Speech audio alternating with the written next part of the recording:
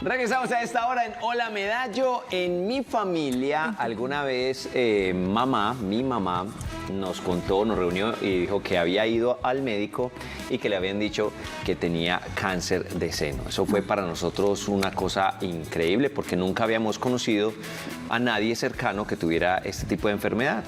Y pues inmediatamente se prenden todas las alarmas y uno empieza a asociar la palabra cáncer con que tal vez la palabrita cáncer no la es vamos a pesada. tener en mucho tiempo, etcétera, etcétera. Bueno, en todo caso, mamá luego le hicieron la cirugía, le retiraron el seno. Hoy, gracias a Dios, todavía está con nosotros mamá, pero no son muchas las personas que pueden contar esa historia. Y la idea es que para poder contar esa historia hay que hacerse un autoexamen, que es un autoexamen que se cuenta por todos los medios. Tratamos de hacer muchas campañas, pero que tal vez por el día a día, no sé, por la cantidad de cosas, pues muchas personas pasan por encima de él. Y hoy precisamente les queremos hablar de ese tema. Para eso está con nosotros Natalia Alejandra López Torre, que es médico ginecólogo, obstetra, su especialista en mastología. Oiga, qué cargo tan largo, ¿Cómo doctor. están? Lo voy a decir doctora nomás. Lo voy a decir doctora nomás, más bien para que quedemos bien ahí.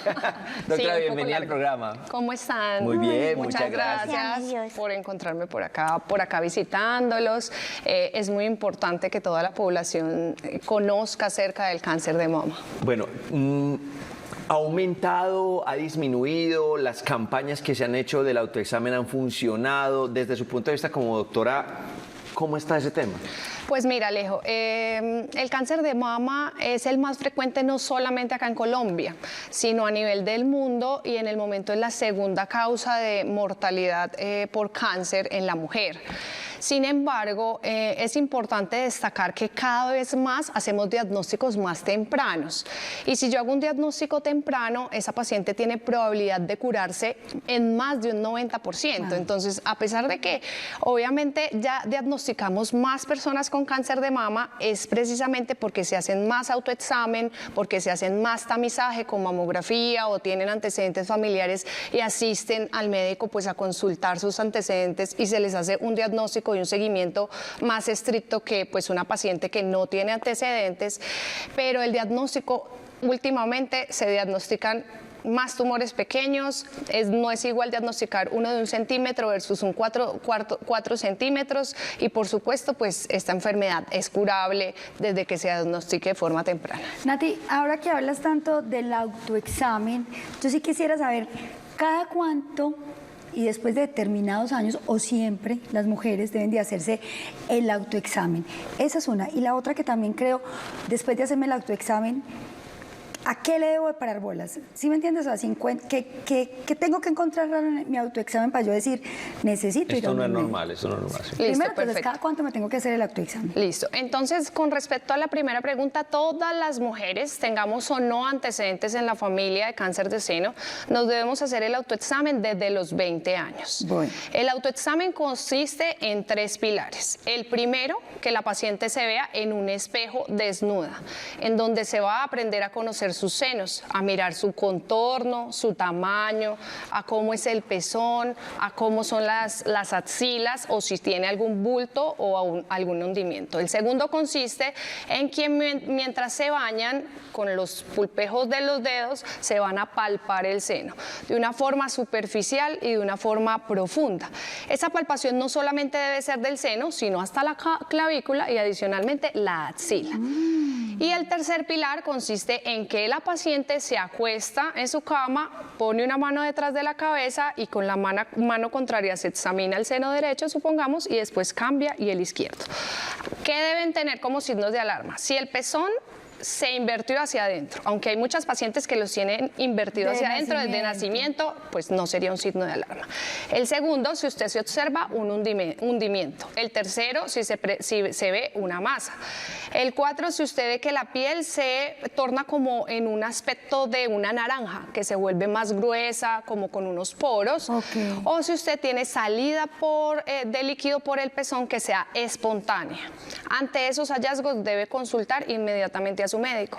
Sin embargo, es importante que todos nosotros conozcamos nuestra historia familiar. Entonces, si yo tengo en cuenta que mi abuelita tuvo cáncer de seno, mi abuelito tuvo cáncer gástrico, otro primo en primer grado tuvo cáncer de próstata y otra prima tuvo cáncer de ovario, eso significa que yo ya tengo un riesgo probablemente de cáncer de seno. Debo consultar desde una edad joven, desde los 20, 30 años, a mi ginecólogo, explicarle todo mi entorno familiar para que, si es necesario, se pueda enviar una prueba genética para mirar si hay algún riesgo de enfermedad heredofamiliar. Las pacientes que tienen mutaciones genéticas tienen una mayor probabilidad de tener cáncer de seno.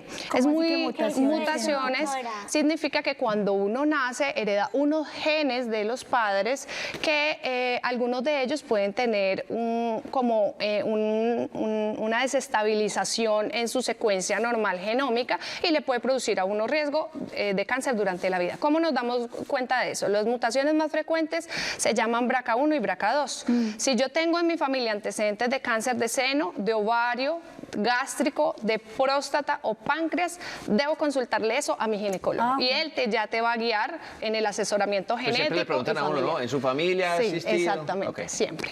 Y la segunda pregunta. ¿Cada cuánto debo hacerme el autoexamen? Entonces, todas las mujeres a partir de los 20 años se debe hacer el autoexamen. Las mujeres que todavía tienen ciclos menstruales se los deben hacer idealmente 7 a 10 días después de la menstruación. Y de ahí en adelante... Cada mes. Y de ahí en adelante, todos los meses, el mismo día, 7 a 10 días después de la menstruación. Las pacientes que ya no menstruan, sea porque ya son posmenopáusicas, es decir, ya se les retiró su menstruación, o de pronto en algún momento de su vida les retiraron los ovarios, o por ejemplo hay mujeres que planifican con dispositivos intrauterinos que no les llega la menstruación nunca, esas pacientes deben escoger un día al mes para examinarse y todos los meses se deben examinar ese mismo día, para precisamente tener en cuenta que como a veces no sabemos las cargas hormonales exactas, para tener en cuenta que siempre todos los meses esté más o menos en la misma fase. Es decir, que yo te quiero preguntar, Eli, ¿tú cuándo te hiciste el último autoexamen? No sabe, siguiente pregunta, señorita periodista. No, por eso lo pregunté, yo no. Sé que hace 4 meses estuve en el ginecólogo y él me hizo el examen. Pero lo que pasa es que doctora, yo no pues yo obviamente me declaro ignorante del tema, aunque ya me pregunta con respecto a los hombres, porque también hay casos en hombres. Y es que yo no pensé que eso era tan seguido. Yo pensé que eso era cada 6 meses el Doctora, ¿y por qué la axila y la clavícula? Cuando me lo mencionabas ahorita. Listo, porque resulta que el cáncer de seno empieza normalmente pues en la mama, pero se disemina hacia los ganglios y nosotros tenemos ganglios en la axila y ganglios acá debajo de la clavícula y encima de la clavícula, que es como cuando nosotros nos enfermamos de gripa o nos aplican alguna vacuna que normalmente pues a uno se le inflaman, como cuando uno tiene amigdalitis que también se le inflaman los del cuello. Así mismo pasa con el cáncer, una vez uno tiene una lesión acá, se puede trasladar hacia los ganglios o inclusive pueden estar solamente inflamados como un fenómeno reactivo a una nueva alteración que uno tiene en la mama, entonces detectarlo, pues... O sea, no necesariamente es en el seno, sino puede ser en la axila. Y se considera cáncer de mama también. Se considera cáncer de mama si tiene una lesión en el seno y se ha diseminado a los ganglios de la axila. En el caso de los hombres, yo había escuchado que los hombres de cierta manera, aunque no tenemos senos, pues también podemos sufrir de este tipo de mal. Sí. Exactamente. La incidencia en los hombres no es tan alta como en la mujer, es 1 de cada 1000 personas. Sin embargo, estos hombres que tienen antecedentes, los mismos que les nombré anteriormente, en su familia, quiere decir que también pueden tener predisposición a desarrollar cáncer de seno. Entonces los hombres también se tienen que palpar sus senos mientras que se bañan, evidenciando a ver si tienen algún bulto, inmediatamente consultar, porque una masa en un hombre en el seno nunca es normal. Siempre se considera patológica y siempre tenemos que estudiarla. Alejo, no aprendiste a hacerte el autoexamen, mira. Entonces, Alejo, ¿usted se ha tocado sus senos? Ahí se lo está tocando en este momento. Nunca en la vida, pero comenzaré entonces a revisar. No siempre se pierde el seno. Me refiero a que no siempre hay que retirar el seno, como le pasó en el caso de mi mamá, y no siempre hay quimioterapias, ¿cierto? ¿Cómo funciona eso? ¿Qué tan severo debe ser para que sí haya o qué tan no severo para que de pronto se pueda con una cirugía menor? ¿O siempre hay que retirar toda la glándula mamaria, digámoslo de cierta manera? Listo, Alejo. Entonces, pues esto depende el estadio con el que uno encuentra el cáncer. Por eso es que la invitación es que ustedes se toquen y adicionalmente se hagan sus mamografías de tamizaje a partir de los 50 años, cada 2 años, hasta los 69 años. Y si tienen la oportunidad de hacérsela de los 40 años, pues mucho mejor. Además, consultar al ginecólogo al menos una vez al año para que él revise sus senos y adicionalmente tenga en cuenta los antecedentes familiares. Entonces, Alejo, hay 4 estadios del cáncer de seno. El estadio 4 es el que se considera metastásico, es decir, cuando ese cáncer ya se ha ido a otros órganos, se ha diseminado. En ese momento, inclusive, la cirugía no es una alternativa para nosotros porque prima el tratamiento sistémico, es decir, la quimioterapia de todo el cuerpo. Pero actualmente nosotros diagnosticamos en más del 75% los cáncer en estadio 1 y 2. ¿Qué quiere decir el estadio 1 y 2? El 1, que el tumor que hay en la mama es menor de 2 centímetros. Es decir, que esa paciente inclusive se le puede solamente retirar el tumor sin necesidad de retirar todo el seno. Maravilloso. El estadio 2 es aquel que también está en la mama con un tamaño mayor a 2 centímetros, de 2 a 5 centímetros, y algunos se han ido un gangliocito a la axila y no más, pero no se ha ido a más ganglios de acá de la clavícula, ni tampoco al resto del cuerpo. Estas pacientes a veces inician por quimio, responden muy bien a la quimio y solamente se les quita el pedacito donde estaba el tumor, porque lo bueno de la quimio es que cuando usted la recibe, la mayoría de pacientes, esos tumores desaparecen. Entonces ya uno solamente quita el lecho donde quedó la lesión inicial. Por eso es la importancia de detectarlo temprano. Ya que uno decide hacer mastectomía en el estadio 3, por ejemplo, en aquel paciente que tiene un tumor muy grande, entonces uno ve que de pronto el tumor es más grande que el seno, entonces es muy difícil uno conservar el seno. Pero en este momento, más del 70% de las cirugías son cirugías conservadoras del seno, en donde se quita solamente el tumor. Ahora bien, como dice Alejo, no todas las pacientes necesitan quimioterapia, por eso también todas las pacientes no tienen que pedir, que son diagnosticadas con cáncer de mama, no tienen que pedir consejos a la vecina, a la de la esquina. Que yo conozco una señora que... Exacto, porque es que todos los tipos de cáncer son distintos. Tenemos unos cáncer que se llaman luminales, que estos cánceres son que se alimentan de las hormonas de la mujer, como son los estrógenos y los progestágenos.